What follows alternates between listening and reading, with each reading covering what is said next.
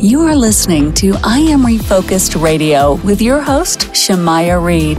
This show is designed to inspire you to live your purpose and regain your focus. And now, here's your host, Shamaya Reed. Hey, welcome to I Am Refocused Radio. We are here once again, and today we have another special guest. We're going to talk to the one and only Roy Osing, and he has an amazing story that we're going to learn about today. You can go to his website, bedifferentorbedead.com.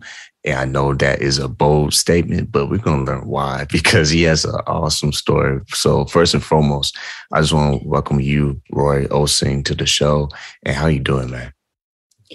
Hey, listen, thank you very much for the invite. And I'm grateful, quite frankly, to have a chance to talk about my stuff and share it with your audience. So thank you very much for having me. I'm great today. I'm great.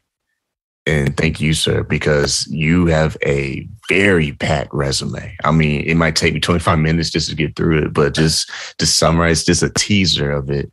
You not are only a former president, CMO, and entrepreneur with over 40 years. That's right, 40 years of successful and unmatched executive leadership and experience in every aspect of business. From learning the culture of the employees and leaders in the company, how they create that culture, and, sales pitch and how to treat the customer right, but not just do that, but go deeper. You're going to do a better job. That's why you're here. Tell us all that you do, man. Well, I've had a I've been very fortunate to have a career that allowed me to basically pursue what I wanted to pursue. And it's this way. It occurred to me really early on in the business that I was in, which was the telecom world, way back when you didn't have a choice. You pretty well had to accept what the local telephone company had to offer. And then that business model changed, because you probably recall that it went through one heck of a metamorphosis when competitors were allowed in, regulation change, et cetera. And it occurred to me, because I was working in that business, that quite frankly, we weren't ready. We weren't ready to take on the new challenges that competitive world posed to us. And so my conclusion was that we had to break away. And if there's one word that kind of describes my approach to the world, is to break away from tradition, because we had to. And so I set on this journey, which I called my Be Different or Be Dead journey, to basically change the way we did things, to break away from tradition to a world that allowed us basically to compete and to survive and to thrive. And so, many, many years ago, it occurred to me that Be Different was the right path to go on. And I've applied it to every aspect of building my career and my business, to my own personal life. I'm a grandfather of 4, and I apply my Be Different or Be Dead concepts to my grandkids. And I'm known as the Be Different Papa, and they love it because I'm not normal in that sense. I do things differently. But it's always with respect to serving someone in a different way, so that you stand out, so that you're special in the way that they think you should be. This is not an ego journey. This is a journey to figure out how to serve another person in a different way than other people do, and earn their respect and their business. And so that's what I've been up to. And I'm just going to keep on banging away at it, because I got to be honest, organizations today do not do a good job, in my humble opinion, of standing out to their customers. Everybody looks the same. If you Google a company and look at their value propositions, man, they look exactly the same as everybody else. So I'm actually trying to find a way to encourage businesses, organizations, and people to ask themselves the question, how can I do things differently in a way that's compelling and relevant to the people I serve? And that's my journey.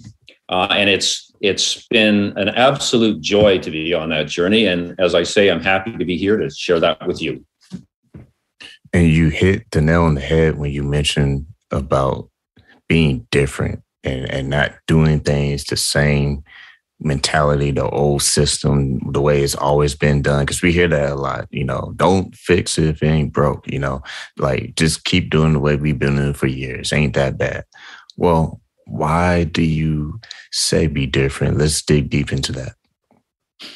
Well, I mean, it comes from the notion that, especially in the business world, I mean, the essential question that an organization has to ask is, how can I answer the question, why should somebody do business with me as opposed to anyone else?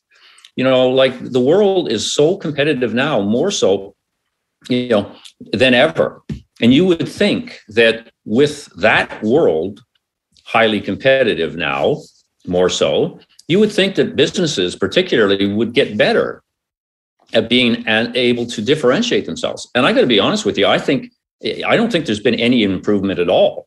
I mean, this is a world of Googling stuff and copying stuff, et cetera, without really paying attention to how to actually create a separation that is meaningful. And so when somebody says, why should I do business with you? Well, what you need to be able to do is answer that from the point of view of expressing difference, how you're different than the next person. I don't know if you spend a lot of time, and maybe this is my warped world, but I spend a lot of time looking at how people express themselves to the market and trying to say, well, all right, here's who I am, and here's why you should buy with me. And quite frankly, it's not a very, very well done exercise. I mean, if you look at competitive claims out there, you find they're replete with what I call claptrap. I say claptrap dominates, right? So how many times have you seen a company say that they're better than somebody else, that they're the best, that they're number one, that they're the market leader, that they provide the greatest tasting this or the most, the fact is, I mean, nobody believes those statements, and yet everybody uses them. They also use aspiration. So let me give you an example. Okay, this is a coffee company, very successful coffee company that claims that they offer the best coffee and espresso drinks for consumers who want premium ingredients and perfection every time. That's a competitive claim. Or we work hard to make this company the world's most respected service brand. The problem is, that's what they think they do, maybe, but it doesn't really answer the question, why should I buy there as opposed to somewhere else? And so the world is just made up now of superlatives, right? Like, better, and best. And aspirations. Oh my God, I say aspirations contaminate the world of competitive claims. We're in business to save our home planet is actually a claim of a company, and they think that particular expression makes them special. Well, first of all, how the heck are you ever going to prove that's true? We are in business to save our home planet.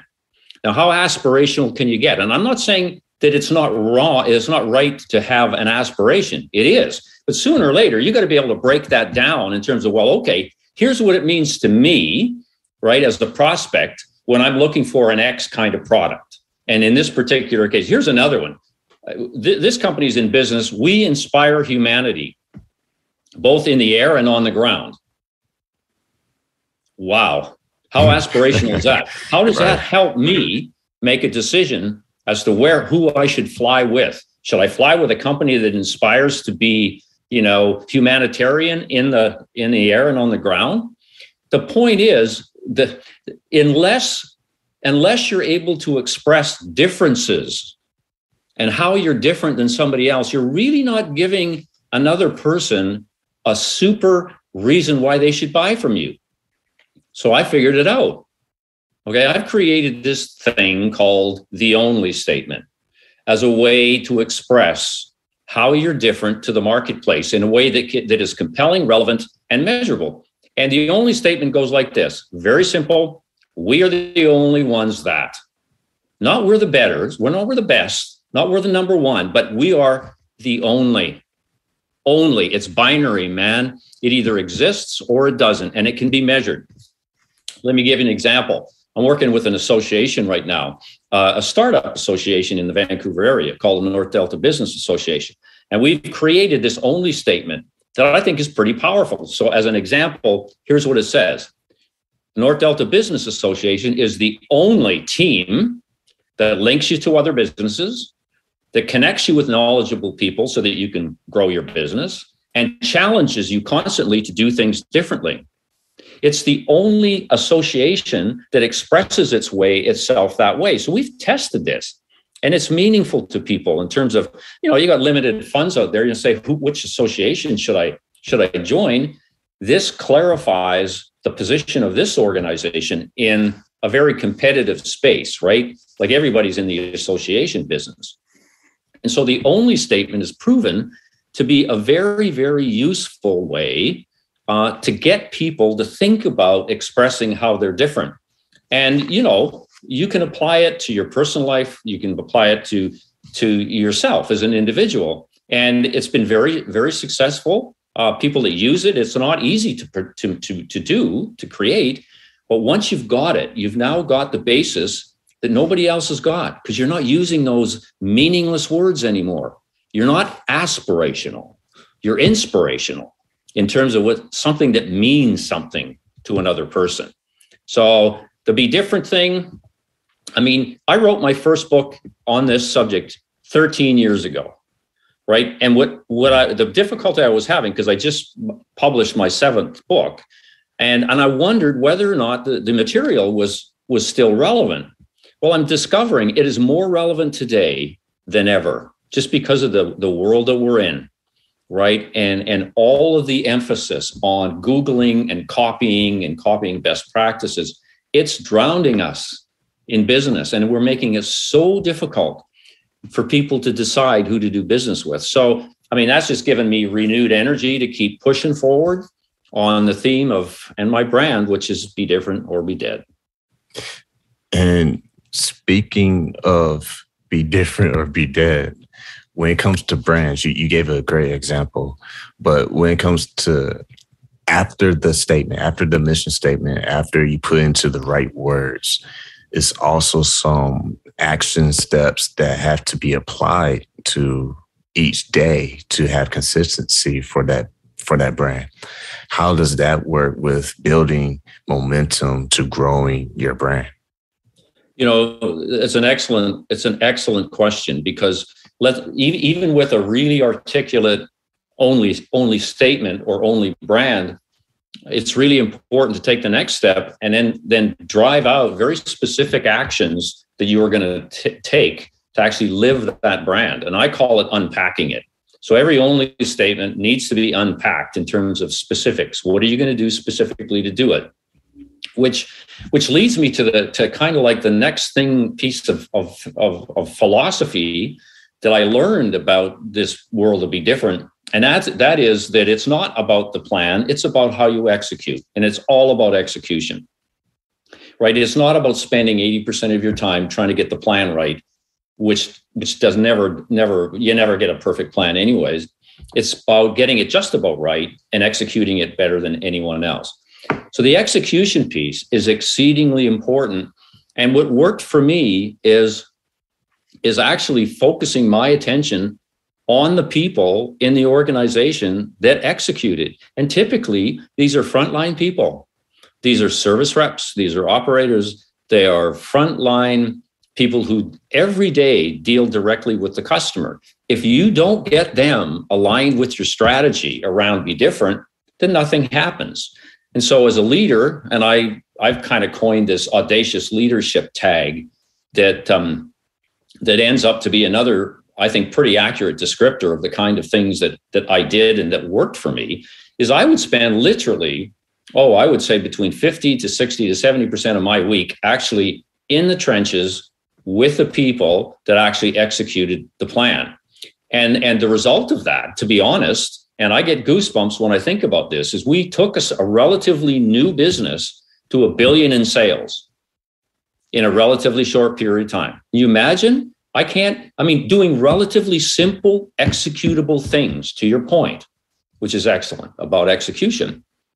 A whole bunch of crazy, weird things that we did that resonated with people, that lit fires in their stomach, that convinced them that we are on the right path, that actually forced themselves to give of themselves every day to the purpose that we are all there to serve.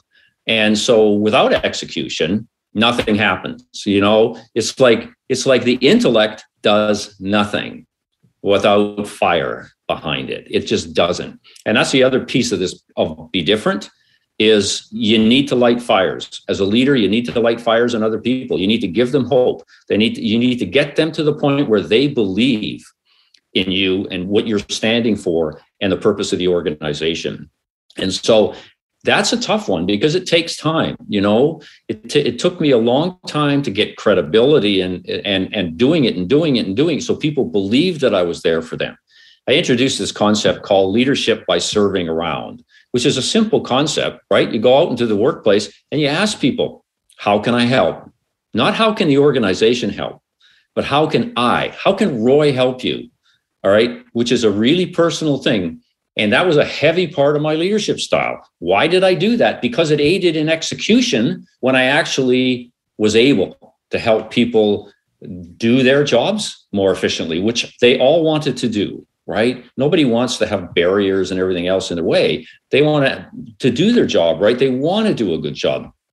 As leaders, or at least in my case, that's what I saw as my prime directive because it aided execution. So execution, which is an excellent question, breaks down, and we could do a whole show just on execution, man. I mean, it's got so many moving parts and it's so important.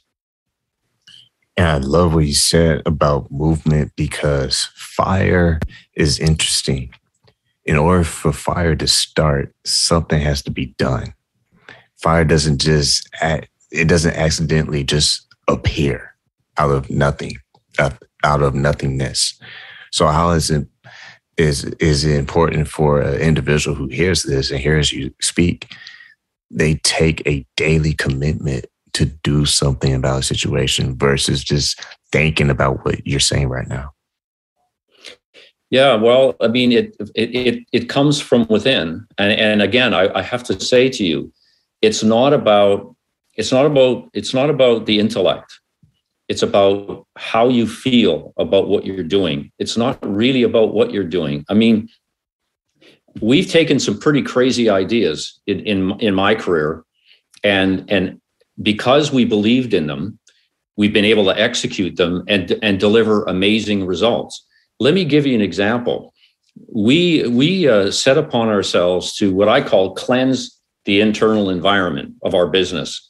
And what that really meant was getting rid of the barriers and the silly things that prevent people from doing their job. If you look at any organization, it's full of rules and procedures and policies, right? And a lot of those get in the way of people doing their job. So I came up with this concept called let's kill dumb rules. I called them dumb rules, which, by the way, my executive colleagues were absolutely mortified over because I was admitting that we had some stupid things going on in the organization because it was true and everybody knew it. So this silly little concept of killing dumb rules, which engaged, I mean, the data and internet organization that I ran was like 10,000 people. So it was a big organization, right? It totally got people engaged because it resonated with what they knew all along. If only we would listen as a leader. So you want to light fires, you listen to people and you give them back what they've been telling you. You respond to what is right that they told you and you do something about it. Not very complex, okay? This whole Be Different thing, marching to $1 billion, is not about formulas. It's not about, differential equations and a bunch of textbook stuff. It's simple things, listening to what people tell you and actually doing something about it. So that's the match that lights the flame. When people believe in you, right? When they believe in you and they trust that you will do something with what they say, guess what happens? They feel warm all over and they go to war for you. They go to war, they take out competition, they do the best thing for the customer, and performance skyrockets. It is not complicated. Man, I love everything I'm hearing because I like the whole metaphor that I don't think we accidentally did it, but it was perfectly fit, the whole fire metaphor, because it's almost like people already had the potential. They just needed someone to light them up. You know what? You were absolutely right. What an insight. Nicely done. Everybody does have that potential, and what people would tell me is, oh my God, I can't believe you actually did something about that, Roy. I've been telling people, how many times have you heard people say, I've been telling my boss for so long, I'm tired of it, right? All they want is to be acknowledged. And so we need to take this as people, right? We need to take this into our DNA and our behavior and treat other people this way. Acknowledge, simple stuff again, right? Not complicated. Acknowledge that they're real, that they have real feelings and really good ways of looking at building solutions and doing something about it. But everybody has that potential. What a great insight. And you know what? As leaders, it's our job to tap that. And when you tap it, the flame is lit. That's it. And guess what happens? Their next door neighbor sees what happens and they go, oh, okay, I want to get on this. And they get on this. So the fire gets larger and larger and larger. And guess what? It gets to a point where you can't stop it. And that's when competitors run the other way and customers just you jump up and down with delight of the way they've been treated. It's just remarkable. And with that massive movement and success going to the right direction, the company's moving in the right direction, individuals are moving in the right direction.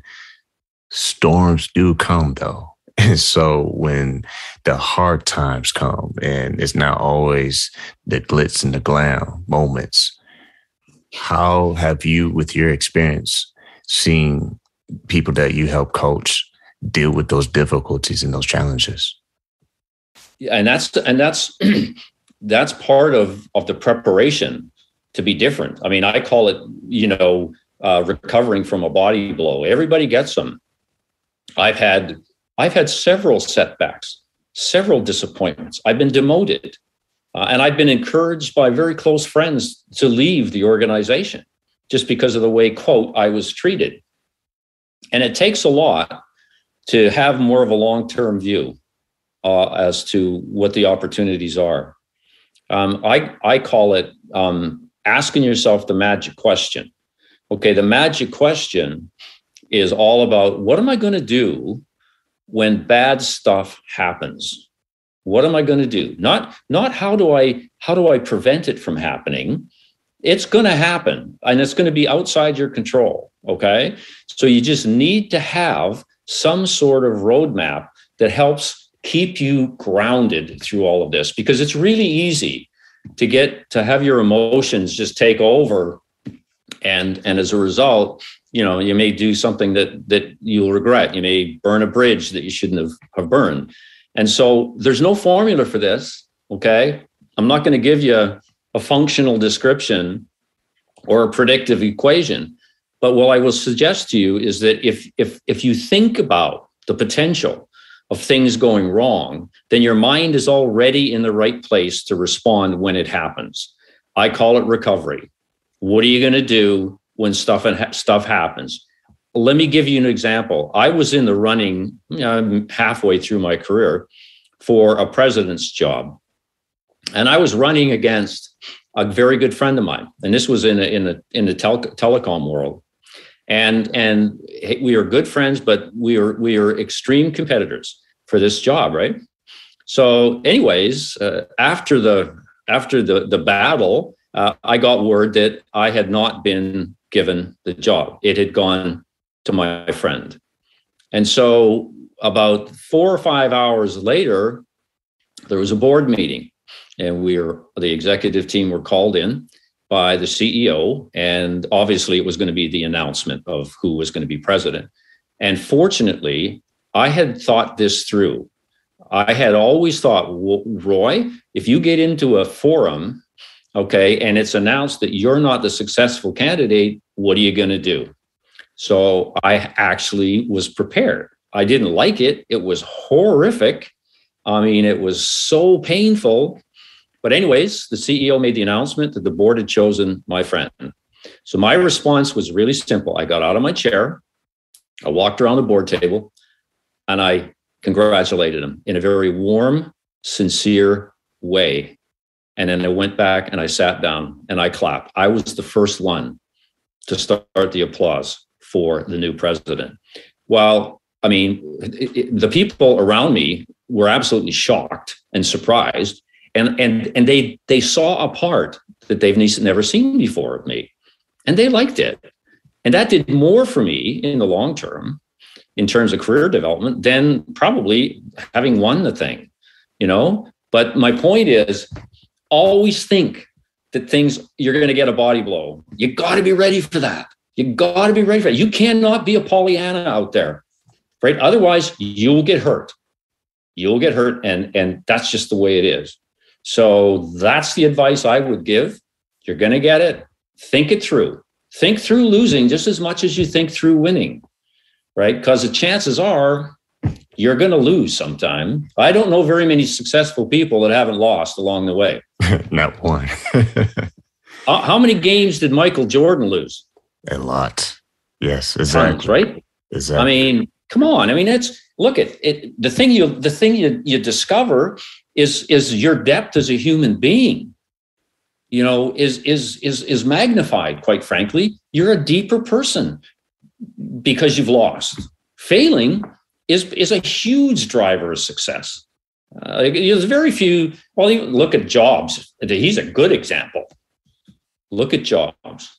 Look at the stuff that he lost along the way. And great people have that. And we can all do that. We can do it in relationships. We can do that in family. We can do that in business. We can do that anytime. Ask yourself the question, what am I going to do when I get screwed over? What am I going to do? And whatever you do has got to follow the values that you've already communicated. Well, in my case, I was the be different dude. And what I did in the face of loss was truly different. It surprised people. And that's the other element that we're talking about here is surprise. Surprise is one of the most strategic concepts out there. And yet I'm probably the only one that talks about the benefits of surprise. And the reason it's so powerful because it ignites the emotion in people. They go, what? Where did that come from? And they remember it. And they go, oh, okay, I get it. They remember. It's an experience. And experiences, as we all know, are very powerful. They are very powerful to form one's opinion of another human. And so we need to think about that.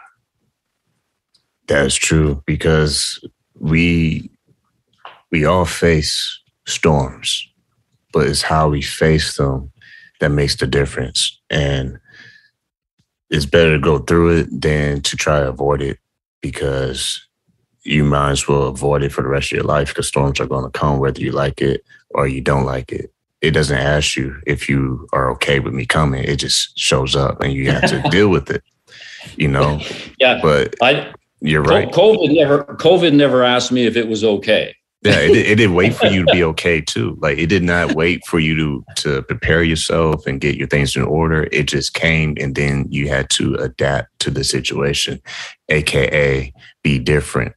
So, well, here's the other thing. If you want to isolate yourself from failure, then the only way that's going to happen is you got to cut yourself off from society and literally every aspect of life, because the world cannot be predicted. It's chaotic, right? It's uncertain. It's unpredictable. How can you possibly imagine not getting a bad hand in a world like that? It's not real. And so my view has always been, take the energy that gives you, right? When you get hit in the gut and you're forced back, right? Take the energy and use that energy to go forward. Don't just keep going back, man, because there's no coming back from going back. None whatsoever. And so the only realistic position for any of us to take is, first of all, acknowledge that shit's going to happen. Yeah. And secondly, figure out how to deal with it when it does. That's all you got. That's truth right there. Once again, talking to Roy Osing. You can go to his website, bedifferentorbedead.com. And man, time always goes by when you're having a great discussion, man. So first I want to say thank you for educating our audience, because this was very entertaining and just very inspirational with action-packed details that we can actually apply in our own personal life. What would you like to say to the audience and how they best can connect with you? Well, there's a couple of ways. First of all, thank you for the mention of my website. On my website, I've got a blog. I blog every week. And so I'm always trying to unpack Be Different or Be Dead in various ways, because, people learn in different ways. And so I try and keep it alive. So it's a resource for you to go to see, get more of this if you're interested. And as well, I'm happy to connect with individuals on my email. I'm at roy.osing@gmail.com. I have lots of people sending me an email saying, hey, what about this? What about this? I've written my only statement, Roy. What about this? What do you think? And so I'm really happy to connect with individuals on this journey, because it is a journey. And I have no right to ask people to do it unless I'm prepared to help them along the way. So use me. I'm here for you. Once again, listen to I'm Refocused Radio, talking to Roy Osing. And just want to say, like we said earlier, man, it's just a great opportunity to unpack what we have discovered is the statement. Because whatever your statement is in life, you're going to follow it, whether it's good or bad. So with that said, I want to say thank you again, Roy, for taking time out of your super busy schedule to talk to I Am Refocused Radio. You're very welcome. Thanks for having me. I Am Refocused Radio is brought to you by Foo 4-Star and Holy Crab. Foo 4-Star is a family-owned Asian restaurant in San Antonio, Texas. We have been a local favorite for Asian cuisine for over 10 years. With nothing but full smiles and fast service, you'll be leaving satisfied. Come on in for some authentic Vietnamese food. Holy Crab is one-of-a-kind Cajun Creole-style seafood restaurant located in Universal City, Texas. We offer traditional seafood items as well as chicken and steak. We also offer seafood boils. Come give us a try. You won't be disappointed. You can find these two eateries in Universal City, Texas at 2921 Pat Booker Road.